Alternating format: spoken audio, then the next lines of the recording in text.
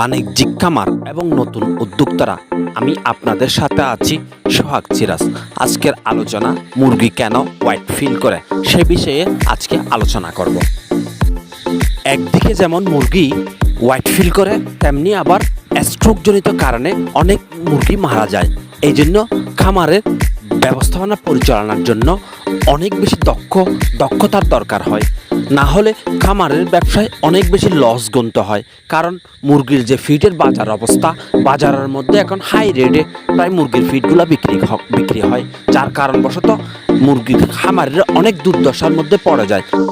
এই খামার ব্যবসা এমন একটি ব্যবসা, যদি আপনি কোনো দিক দিয়ে একটু গরমিল হয় তাহলে আপনাকে লজে পড়ে যেতে হয়।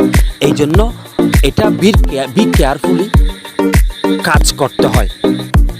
অন্যদিকে আবার রোগ শোকের ঝামেলার মধ্যে পড়ে যেতে হয়। কারণ এতগুলা মুরগি যদি একসাথে রাখা হয়, এতগুলা প্রাণীকে যখন একসাথে রাখা হয়, কোনো না কোনো মুরগির ভিতরে এফেক্টেড তৈরি হয় এবং মুরগি কিছু না কিছু মুরগি স্ট্রোকজনিত কারণ বা বিভিন্ন সর্দি কাশিজনিত কারণ এবং অনেক মুরগি মারাও যায়। এই জন্য খামার ব্যবসায় আপনাকে অবশ্যই খুব বেশি অ্যালার্ট হতে হয়। আপনি যে পরিমাণ মুরগিকে ফিড খাওয়াচ্ছেন বা মুরগি যে পরিমাণ ফিড তার স্টোমাকে জমা হচ্ছে, ওই স্টোমাক থেকে যদি মুরগি ৭৫ থেকে ৮০% পুষ্টি যদি থেকে আহরণ করতে না পারে, তাহলে মুরগি 100% আপনি লসে পড়ে যাবেন। মুরগি নির্দিষ্ট টাইমের উপরে বা কাঙ্ক্ষিত একটা রেজাল্ট বা ওয়াইট সেটা আসবে না। এই জন্য আজকে আমি যে বিষয়টা আপনাদের বা যে মেডিসিনগুলো ইউজ করলে আপনার মুরগি ফিড খেয়ে 75% অথবা 75% অথবা 80% আপনার মুরগি গ্রোথ আসবে অথবা ওয়াইট দেবে, সেই ওষুধগুলো আপনাদেরকে আমি এখনই ইউজ করে দেখাই দিচ্ছি।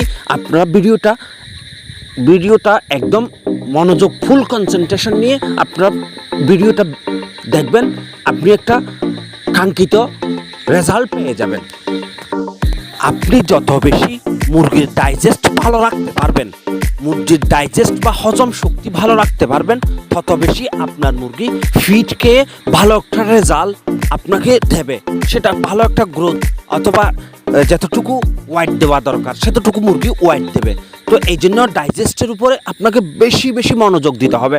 ডাইজেস্টের জন্য আপনি ইউজ করতে পারেন এনজাইম এক্সেল, যেটা এনজাইম এক্সেল, ওটা প্যানক্রিয়াস নামক একটা এনজাইম রয়েছে যা মুরগির লিভারে যে হজমের প্রক্রিয়া আছে ওই প্রক্রিয়াটাকে এক্সপার্ট করবে। আপনি এনজাইম এক্সেল প্রতি রাতে 1 লিটারে 1 মিলি করে মুরগিকে খাওয়াতে পারেন।